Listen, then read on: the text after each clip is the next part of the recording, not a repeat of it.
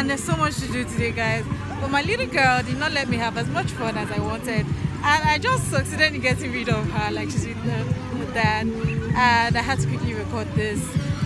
Like, it's almost the end of the year, guys. Today is what? Today is Saturday. Tomorrow is Christmas. No, not Christmas. Tomorrow is New Year's Eve, and 2017 has been an awesome year for me and my family. Like, it's been a really, really exciting time for us. A lot has happened, and I've learned a few lessons in 2017, which I'm going to share with you right now, just before the year ends. The first lesson that I learned in 2017, like, I've always known this, but it was a bit exaggerated this year, so I want to share it with you guys. These are lessons that we can all apply to our everyday lives, and it is the fact that you mustn't despise your days of small beginnings. You know, that small job or that small contract or that part-time job that you are doing that is paying you 5K, that is paying you 10K, paying you 20K, however little the money is, don't take it for granted, or like, put your everything into it. There's lots to learn there. Take ownership, take responsibility. Yeah, that's my friend. Take ownership and take responsibility. Don't say, they are paying me this little money, therefore I won't put in my best, I won't put in my best effort. There's always lots to learn there, and guess what? Greater things are going to come out of it. It's not just about that 5K or that 10K you're earning. You know, experience counts a lot, and you can never put a price eventually to experience, because your experience is what's going to pay you eventually. So don't take it for granted. Use that position wisely. Don't take it for granted and say, you're not paying me as much money as I want, so therefore I won't do the job, I'll leave for someone else. Don't do that. I've been in situations where there was work to be done, and because I'm very proactive and I always want to be busy, like, I always want to be doing something, other people left the work for me to do. And guess what? I did it, and I learned as I did it. I learned more than other people. I grew, and I can never be in that position anymore. I'll rise from that particular position. So that 5K job, don't take it for granted.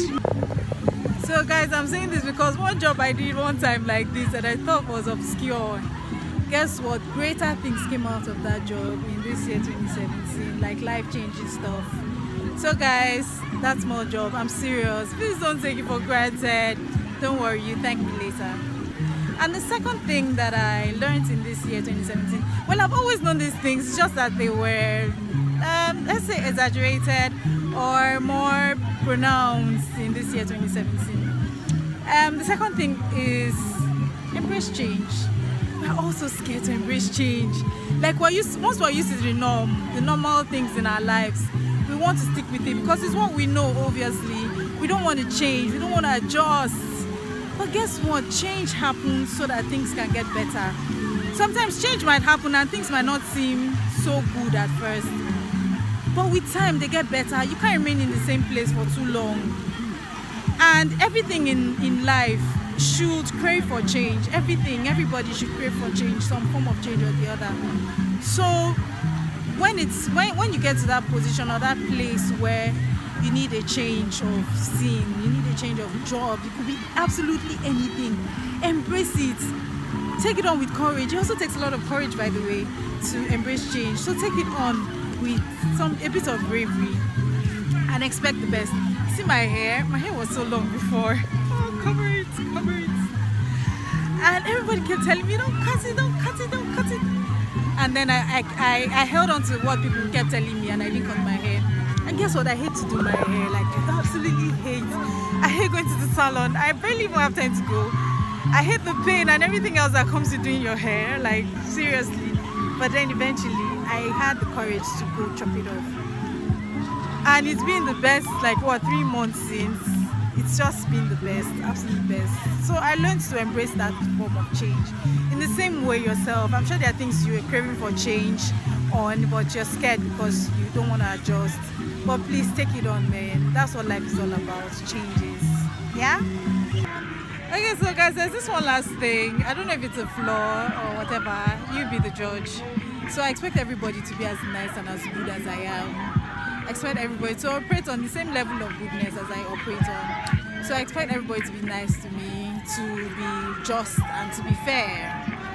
And my husband always laughs at me like, come on babe, you don't know that this world is flawed. bad people. There are good people, but there are just as many bad people as I don't know, as there are good people, I don't know. But I expect that everybody should be good and just and fair. People shouldn't cheat me. You know, people shouldn't oppress me and stuff like that, because I don't oppress people and I don't cheat people. And my husband just always laughs at me like, come on, wake up and smell the coffee. Yeah, so my husband is always just telling me that, girl, wake up and smell the coffee. Yeah, the little one, she's trying to sleep, so I'm just going to hold her for a few seconds. He's always laughing at me like, people are naturally selfish.